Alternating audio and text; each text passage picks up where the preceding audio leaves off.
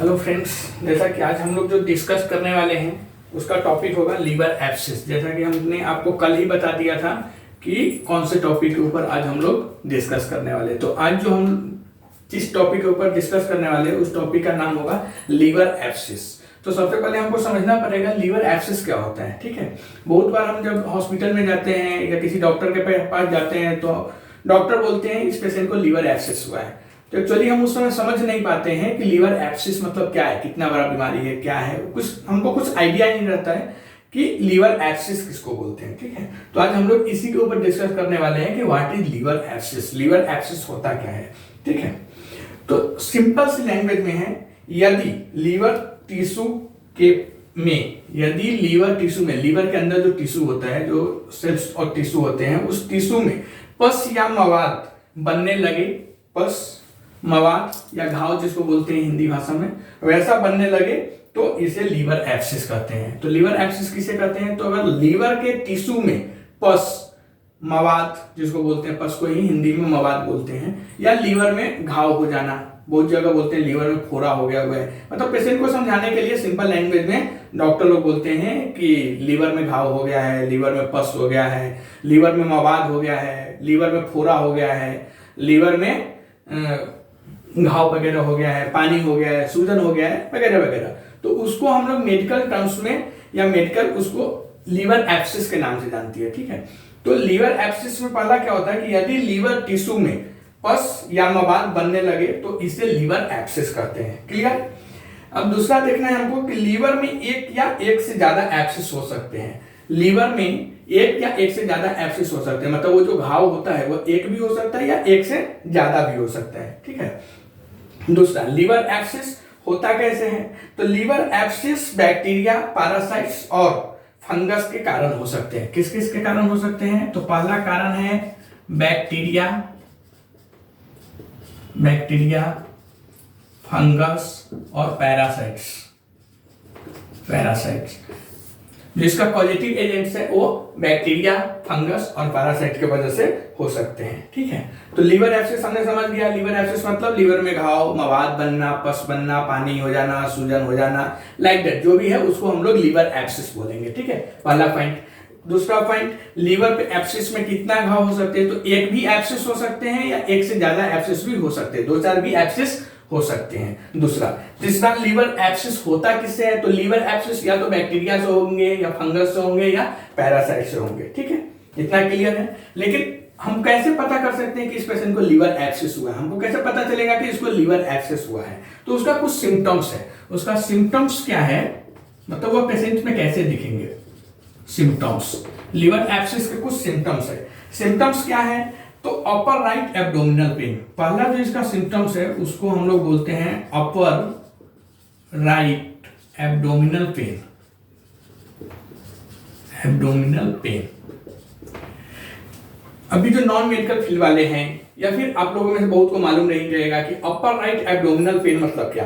तो अपर, पेट के अपर मतलब ऊपरी, तो पेट के ऊपरी हिस्से में दर्द होता रहता है। जो हमारा पेट है उसके ऊपरी हिस्से में दर्द होना एक लीवर एब्सिस का सिम्टम्स है। दूसरा जो इसका सिम्टम्स है उसमें हो सकता है हाई ग्रेड फीवर, मतलब पेशेंट को बहुत तेज बुखार आ सकता है। ठीक है, तीसरा इसका जो देखने को मिलता है सिम्टम्स, उसमें नोजिया और वोमिटिंग।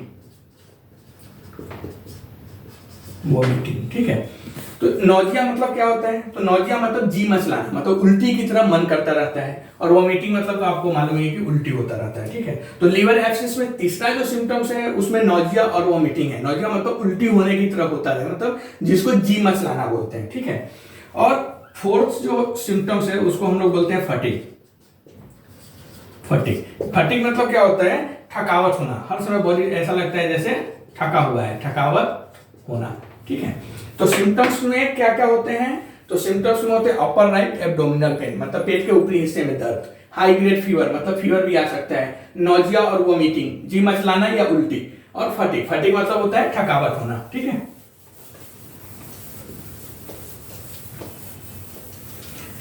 उसके बाद जो हम देखेंगे, यदि यह पस या मवाद इसमें डेंजरस किस कंडीशन होता है, मतलब या घाव या लीवर में जो मवाद बन रहा है, पस बन रहा है, वह हमारे बॉडी के लिए डेंजरस कब होता है, कौन से कंडीशन में डेंजर होता है, ज्यादा खतरनाक होता है। तो यदि जो पस बना हुआ है लीवर में वह टिश्यू में बने हुए हैं, लीवर के टिश्यू में वह पस बना हुआ है, अगर यह टिश्यू, जिस टिश्यू में वो पस बना हुआ है या मवाद बना हुआ है, अगर वह फट जाता है तो क्या होता है, यह कंडीशन हमारे लिए बहुत डेंजरस होता है। क्यों? तो इसके पीछे कारण है। क्या होगा कि जब वह फटेगा, टिश्यू में जो पस बना हुआ है, और यह जब फटेगा तो हमारे लंग्स और हार्ट के ब्लड से वो मिक्स हो जाएंगे। तो लंग्स और हार्ट के जो ब्लड है उससे मिक्स होने के बाद ओवरऑल हमारे बॉडी में जो वाइटनेस है, जो पस है, मवाद है, वो पूरा हमारे बॉडी में फैल जाएगा। तो उस समय हमारे पास ज्यादा, वो हमारे हेल्थ के लिए डेंजरस हो जाता है, ठीक है, ज्यादा प्रॉब्लम हो जाता है। और उस कंडीशन में जो प्रॉब्लम होता है वो क्या क्या प्रॉब्लम होता है, अगर लीवर में जो लीवर के टिश्यू में जो पस बने हुए हैं, मवाद बने हुए हैं, वह अगर फट जाता है, वह टिश्यू फट जाती है और हमारे बॉडी में लंग्स और हार्ट के थ्रू अगर पूरा बॉडी में वो पस फैल जाता है ब्लड के थ्रू, तो क्या होगा, बहुत सारा वहां पे अलग सिम्टम्स देखने को मिलते हैं और वह हमारे बॉडी के लिए बहुत डेंजरस भी होता है, खतरनाक भी होता है। उस कंडीशन में क्या क्या प्रॉब्लम हो सकता है, तो पहला जो है वह होगा breathing issue, breathing problem. Breathing problem मतलब क्या होता है, श्वास लेने में दिक्कत होगा, ठीक है, श्वास लेने में दिक्कत होगा। दूसरा जो सिम्टम्स होगा उसमें क्या होगा, all abdominal pain, all abdominal pain. जबकि हम देखे थे नॉर्मल सिम्टम्स में क्या था, पेट के अपर पार्ट में हो रहा था पेन, लेकिन इसमें क्या होगा, टिश्यू अगर फट जाती है तो क्या होगा, ऑल एब्डोमिनल पेन, मतलब हमारे पेट में पूरा कहीं भी दर्द हो सकता है, ठीक है। और तीसरा क्या होता है, disturb urine output, disturb urine output मतलब क्या होगा, पेशेंट को पेशाब करने में बहुत दिक्कत होगी, ठीक है। तो यह सब एक टिश्यू फट जाने के बाद होता है। अब हमको नेक्स्ट देखना है कि इसका पॉजिटिव मतलब कारण क्या है, लीवर एब्सिस का कारण क्या है, कॉज ऑफ लीवर एब्सिस क्या है, या किससे होता है। पेशेंट के लीवर में घाव या फिर मवाद या पस जो बनता है वह किससे होता है, तो इसका बहुत सारा कारण देखा गया है, बट जो इम्पोर्टेंट है उसके ऊपर हम लोग अभी फोकस करेंगे, cause of liver abscess. Liver abscess का कारण क्या है, तो इसका सबसे पहला जो मेन पॉइंट देखा गया है, जिसकी वजह से यह मोस्टली 90% में जो दिखता है उसमें होता है ड्रिंकिंग अल्कोहल।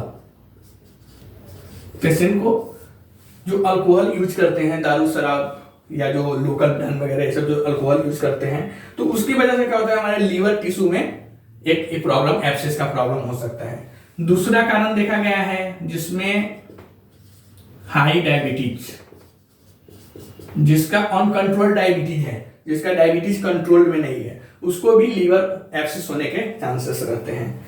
तीसरा जो कॉमन देखा गया है जिसमें एड्स होता है, एड्स आप लोगों को मालूम है, एक्वायर्ड इम्यूनोडेफिशिएंसी सिंड्रोम, इसमें देखा गया है। और फोर्थ जो कॉज देखा गया है वो कीमोथेरेपी में क्या होता है, पेशेंट्स का ऑलरेडी इम्यून डाउन रहता है कीमोथेरेपी देने के बाद, और वो कीमोथेरेपी की साइड इफेक्ट से लीवर में एक्सेस हो जाते हैं, ठीक है। अभी हम कैसे पता करेंगे कि किसके लीवर में एक्सेस हुआ है, इसके लिए चलो सिम्टम्स हम देख सकते हैं, लेकिन सिम्टम्स के बाद भी हमारे पास एक वैलिड डॉक्यूमेंट्स होना चाहिए, वैलिड रीजन होना चाहिए जिससे हम पता कर सके कि यहाँ सच में हुआ है। तो इसके लिए हम कुछ टेस्ट रिक्वायर होता है, जिस टेस्ट का नाम क्या है, तो टेस्ट ऑफ लीवर एब्सिस में कौन कौन से टेस्ट करके हम पता कर सकते हैं। तो पहला अल्ट्रासाउंड, इसमें आपको सब दिख जाएगा, अल्ट्रासाउंड से हम पता कर सकते हैं कि लीवर एब्सिस है या नहीं।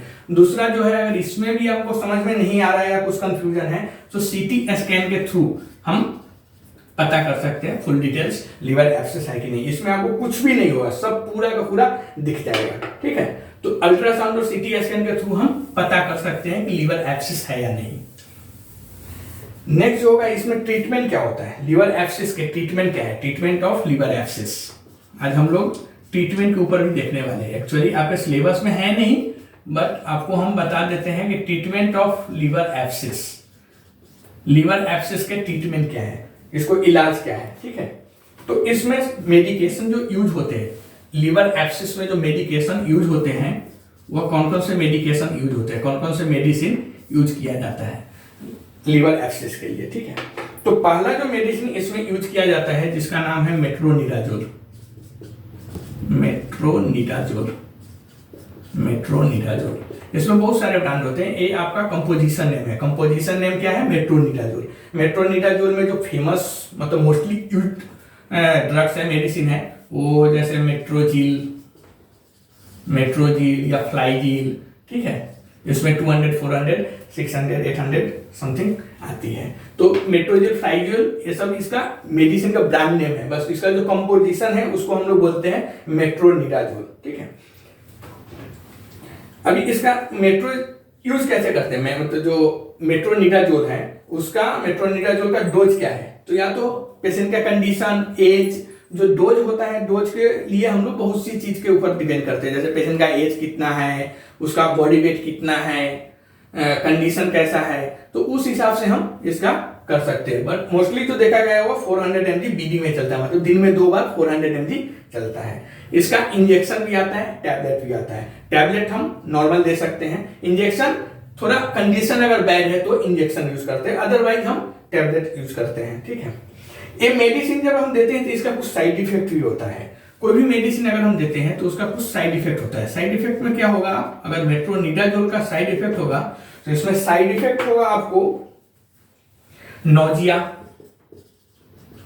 वोमिटिंग, नोजिया मतलब जी मचलाना, वोमिटिंग मतलब उल्टी होना, ठीक है, और डायरिया, और metallic taste, metallic taste, TST, taste in mouth, metallic taste in mouth, मुंह का टेस्ट बिगड़ जाना, मुंह में मेटल का टेस्ट आना, जिसको हम लोग बोलते हैं मेटालिक टेस्ट इन माउथ, मुंह का टेस्ट बिगड़ जाता है। अभी हमको देखना है कि जो मेट्रोनिडाजोल है वही मेडिसिन क्यों चलाया जाता है इसमें, वह काम कैसे करती है। मेट्रोनिडाजोल जो होता है, कंपोजिशन जिसका मेट्रोनिडाजोल है, वह काम कैसे करती है इसके अगेंस्ट। तो इसके अगेंस्ट उसके काम करने का कुछ फैक्टर है।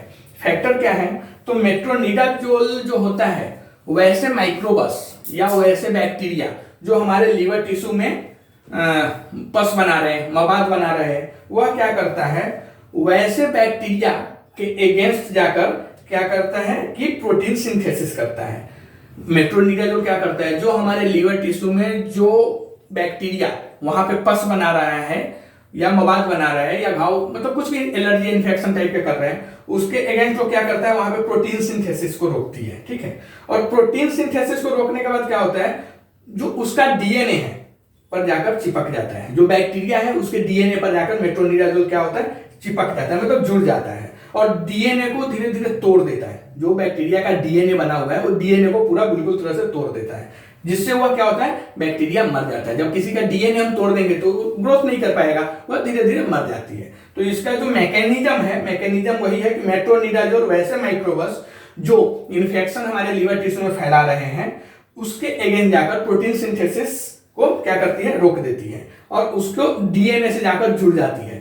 जो बैक्टीरिया है उसके डीएनए से जाकर जुड़ जाती है और डीएनए को धीरे धीरे तोड़ देती है, जिससे क्या होता है, वो माइक्रोबस ग्रोथ नहीं कर पाता है। पहला ड्रग्स हम देखें मेट्रोनिडाजोल। दूसरा जो ड्रग्स इसमें यूज होता है उसको हम लोग बोलते हैं सिप्रोफ्लॉक्सासिन, सिप्रोफ्लॉक्सासिन, सिप्रोफ्लॉक्सासिन, ठीक है।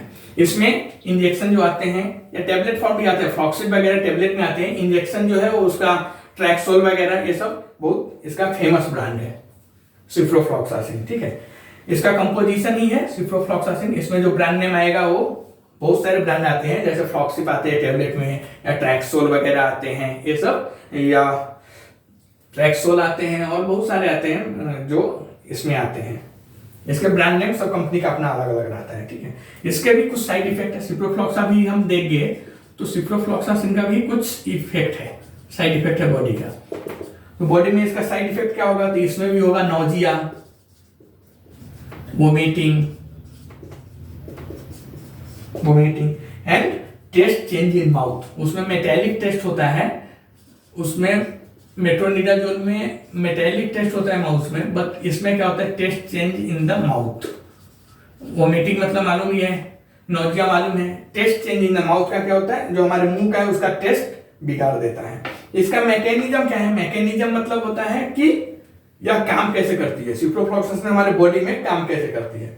तो सिप्रोफ्लॉक्सासिन का काम क्या है कि माइक्रोबस या बैक्टीरिया, जो भी बैक्टीरिया या माइक्रोबस है जो अंदर जाकर डीएनए में वहां पे क्या हो रहा है, प्रोटीन सिंथेसिस को रोक रहा था मेट्रोनिडाजोल, लेकिन सिप्रोफ्लॉक्सासिन क्या करता है, लीवर के अंदर जाकर जो बैक्टीरिया इन्फेक्शन कर रहे हैं या माइक्रोबस, उसके डीएनए में जो एंजाइम प्रेजेंट रहते हैं, जो उस बैक्टीरिया के एंजाइम है, ठीक है, उसकी क्रिया को, वो जो काम कर रही है, फंक्शन जो वर्क कर रही है, उसको रोक देती है। सिप्रोफ्लॉक्सासिन क्या करती है, उसकी क्रिया को बिल्कुल रोक देती है। किसको, तो एंजाइम को, जिससे क्या होता है बैक्टीरिया ग्रोथ नहीं करता है। जब उसके एंजाइम को रोक देती है तो क्या करता है सिप्रोफ्लॉक्सासिन, उसके एंजाइम को रोक देती है, उसकी क्रिया मतलब उसको काम करने नहीं देता है, जिससे क्या होता है बैक्टीरिया ग्रोथ नहीं कर पाता है, बैक्टीरिया ग्रोथ नहीं कर पाएगा और धीरे धीरे करके वो मर जाता है। ये इसका मैकेनिज्म है। तीसरा जो ड्रग्स यूज होता है इसमें, इसको हम लोग बोलते हैं ट्रामाडोल, ट्रामाडोल, ठीक है। थर्ड जो मेडिसिन हम यूज करेंगे लीवर एब्सिस में, उसको हम लोग बोलते हैं ट्रामाडोल। इसका भी इंजेक्शन और टैबलेट दोनों अवेलेबल है, ठीक है। अल्ट्रासेट या फिर नेक्सोडॉल, ये सब इसका ब्रांड नेम है। इसका कंपोजिशन क्या होता है, तो ट्रामाडोल। हम जो भी देखे हैं सिप्रोफ्लॉक्सासिन, मेट्रोनिडाजोल या ट्रामाडोल, ये सब कंपोजिशन नेम है, याद रखना, ब्रांड नेम नहीं है, ठीक है। इसका डोज क्या होता है, तो इसका डोज होता है 50 mg SOS, 50 mg मतलब 50 mg आप दे सकते हैं, कब जरूरत पड़ने पर, आवश्यक होने पर हम दे सकते हैं ट्रामाडोल, अदरवाइज नहीं दे सकते हैं, ठीक है। इसका भी साइड इफेक्ट है। इसका साइड इफेक्ट क्या है, ट्रामाडोल इंजेक्शन और टेबलेट का भी कुछ साइड इफेक्ट है।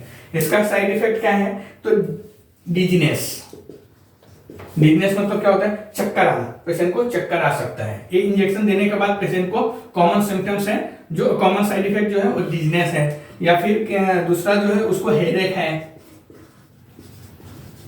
हेडेक है, और तीसरा जो है वह स्लीपी है, या फिर सो जाएगा पेशेंट, उसको नींद आने लगता है। तो ट्रामाडोल इंजेक्शन देने के बाद भी पेशेंट को साइड इफेक्ट देखने को मिलता है, जो एक डिजीनेस है, दूसरा हेडेक है, एंड तीसरा स्लीपी है। डिजी मतलब चक्कर आना, हेडेक मतलब सर दर्द करना, और स्लीपी मतलब सो जाएगा, ठीक है।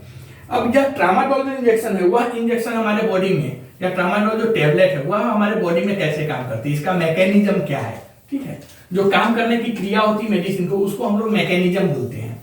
तो मैकेनिज्म इसका क्या है, तो ट्रामाडोल क्या होता है, तो ट्रामाडोल जो दर्द उत्पन्न करने वाले न्यूरॉन्स ट्रांसमीटर है, हमारे बॉडी में जो न्यूरॉन्स ट्रांसमीटर है, ट्रांसमीटर न्यूरॉन्स मतलब क्या, जो दर्द हमको कहीं पे हो रहा है तो हमारे दिमाग को वही न्यूरॉन्स इंडिकेट करता है कि हमको कहाँ पे दर्द हो रहा है, कहाँ पे दर्द नहीं हो रहा है। न्यूरॉन्स ट्रांसमीटर ही हमारे बॉडी में आग लगाने का काम करते हैं कि हमको कहाँ पे दर्द हो रहा है, कहाँ पे क्या हो रहा है, वो सब न्यूरॉन्स ट्रांसमीटर का है, ठीक है। तो ट्रामाडोल क्या करता है, सबसे पहले जो हमारे बॉडी में दर्द करने वाले न्यूरॉन्स ट्रांसमीटर है, उसको कुछ समय के लिए, कुछ देर के लिए क्या करता है, बंद कर देता है, ट्रांसमीटर को पूरा के लिए बंद कर देता है। एवं दर्द उत्पन्न करने वाले जो केमिकल है हमारे बॉडी में, जो दर्द उत्पन्न करता है, हमारे बॉडी में जो पता चलता है कि जिससे दर्द हो रहा है, उसको हम लोग बोलते हैं सेरोटोनिन, ठीक है, सेरोटोनिन। तो सेरोटोनिन की क्रिया को रोक देती है। तो ट्रामाडोल कैसे काम करता है, तो ट्रामाडोल दर्द उत्पन्न करने वाले जो हमारे बॉडी के न्यूरॉन्स ट्रांसमीटर है उसको कुछ समय के लिए बंद कर देता है, एवं दर्द उत्पन्न करने वाले जो केमिकल है जैसे कि सेरोटोनिन, नाम याद रखिएगा सेरोटोनिन, जिससे हमको पता चलता है दर्द उत्पन्न करने की क्रिया रोक देती है, ठीक है। और लीवर एब्सिस में अगर आप कॉमन देखिएगा तो पेशेंट का प्रिस्क्रिप्शन कैसे जाएगा, तो एक तो उसमें सबसे पहले आपको एंटीबायोटिक्स जाएगा। एंटीबायोटिक्स में कौन सा, या तो मेट्रोनिडाजोल जा सकता है, मेट्रोनिडाजोल जा सकता है, या सिप्रोफ्लॉक्सासिन जा सकता है, ठीक है, सिप्रोफ्लॉक्सासिन जा सकता है। बीडी मोस्टली जाता है। इंजेक्शन और टैबलेट वो पेशेंट के कंडीशन के ऊपर डिपेंड करेगा। दूसरा एमजी कितना, 200, 400, 500, या इंजेक्शन में 500, 1 ग्राम सल्वेक्टम, ये सब जो भी है वो पेशेंट के कंडीशन, एज के ऊपर हम डिपेंड करेंगे। तो एंटीबायोटिक जाएगा 2, कौन कौन सा, तो मेट्रोनिडाजोल और सिप्रोफ्लॉक्सासिन। दूसरा जो मेडिसिन जाएगा उसको हम लोग pantoprazole with domperidone, pantoprazole with domperidone, domperidone. और तीसरा जो जाएगा वह ट्रामाडोल के नाम से जाएगा, ट्रामाडोल, ट्रामाडोल या एसओएस में रहेगा। अगर पेशेंट को पेन हो रहा है तो खाना है या इंजेक्शन देना है, अगर नहीं है तो नहीं खाना है। बट जो मेन जो दो मेडिसिन है वह इंपॉर्टेंट है, वह जाएगा ही। बाकी आपके सिम्टम के ऊपर अगर किसी को उसमें और कोई बीमारी है, विटामिन की कमी है, खून की कमी है, तो आयरन या मल्टीविटामिन जो है वो सब साइड में चलेगा। लेकिन जो मेन मेडिसिन है लीवर एब्सिस का, यही दो मेडिसिन चलेगा। एक तो मेट्रोनिडाजोल या सिप्रोफ्लॉक्सासिन, वो कंडीशन के ऊपर हम डिपेंड कर सकते हैं। दूसरा पेंटोप्राजोल और डोमपेरिडोन देना ही पड़ेगा, क्योंकि पेशेंट को एसिडिटी होता ही है। लीवर एब्सिस वाले को 100% 90% पूरा का पूरा एसिडिटी होता ही है। और साथ में सिप्रोफ्लॉक्सासिन मेट्रोनिडाजोल दे रहे हैं तो हमको एंटासिड देना ही पड़ेगा, जो पेंटोप्राजोल विद डोमपेरिडोन के साथ कॉम्बिनेशन रहेगा। ठीक है, तो जैसा कि हम लोगों ने देख लिया लीवर एब्सिस क्या होता है। लीवर एब्सिस मतलब घाव, पेट में जो लीवर है, लीवर के अंदर जो टिश्यू होते हैं उसमें घाव, पस, मवाद, पानी, सूजन, कुछ भी बोल सकते हैं, फोड़ा फुंसी हो जाना लीवर एब्सिस कहलाते हैं। ठीक है, उसका हमने कैसे होता है, क्यों होता है, कारण क्या है, सिम्टम्स क्या है, अगर वो फट जाता है तो क्या है, सब हम लोगों ने देख लिया। ठीक है, उसका मेडिकेशन कौन सा यूज होता है हमने आज देखा। अब नेक्स्ट वीडियो में मिलते हैं कुछ अलग टॉपिक के साथ। ठीक है, ओके, थैंक यू।